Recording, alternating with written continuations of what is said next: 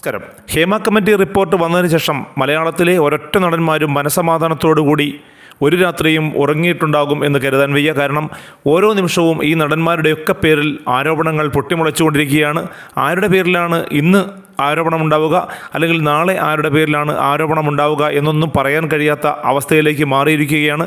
ആദ്യം അത്തരത്തിലുള്ള ഒരു ആരോപണം ഉണ്ടായത് സംവിധായകനായ രഞ്ജിത്തിനെതിരെയായിരുന്നു. പിന്നീട് മുകേഷ്, മണിയൻപിള്ള രാജു, മാമുക്കോയ, ബാബുരാജ്, സുധീഷ്, ജയസൂര്യ, അങ്ങനെ ഒരു വലിയ മാലപ്പടക്കം പൊട്ടുന്നത് പോലെയാണ് ഇപ്പോൾ ആരോപണങ്ങളുടെ കുത്തൊഴുക്ക് വന്നുകൊണ്ടിരിക്കുന്നത്. അതുകൊണ്ട് തന്നെ മലയാളത്തിലെ ഒരൊറ്റ നടനും മനസമാധാനത്തോടു കൂടി ഉറങ്ങിയിട്ട് നാളുകളായി എന്ന് തന്നെ പറയേണ്ടി വരും.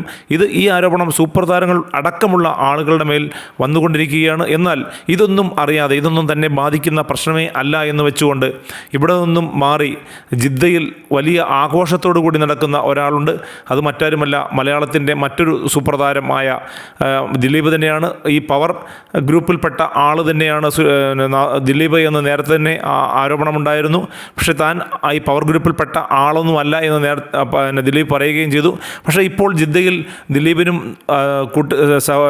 ചങ്ങാതിയായ സംവിധായകനും ചങ്ങാതിയുമായ നാദിർ ഷയ്ക്കും വലിയ സ്വീകരണമാണ് ജിദ്ദയിലെ മലയാളികൾ ഒരുക്കുന്നത്. അതിന് മറ്റൊരു പ്രത്യേക കാരണമുണ്ട്. കേരളത്തിലെ കൊച്ചിയിൽ വിജയിച്ച ദേ പുട്ട് എന്ന റെസ്റ്റോറൻറ്റ് ഇപ്പോഴിതാ ജിദ്ദയിലും ദിലീപും നാദിർ ഷയും ചേർന്ന് തുടങ്ങിയിരിക്കുകയാണ്. അതിന് വലിയ ആഘോഷത്തോടു കൂടിയാണ് ആ ചടങ്ങുകൾ നടന്നത് എന്നാണ് അറിയാൻ കഴിയുന്നത്.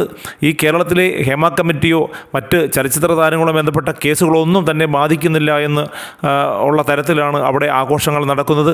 വലിയ ഒരാൾക്കൂട്ടം തന്നെയാണ് ദിലീപ് എത്തുന്നിടത്തൊക്കെയും എത്തുന്നത് എന്നുള്ളതും പ്രസക്തമാണ്. അമ്മയുടെ പുതിയ പ്രസിഡന്റ് ദിലീപ് ആയിരിക്കും എന്നുള്ള ചർച്ചകളൊക്കെ പുരോഗമിക്കുന്നുണ്ട്. കാരണം ദിലീപിന് ഇപ്പോൾ കേസ് അടുത്ത മാസം കൊണ്ട് ദിലീപിൻ്റെ കേസ് ഏകദേശം ധാരണയാകുമെന്ന് കേൾക്കുന്നു.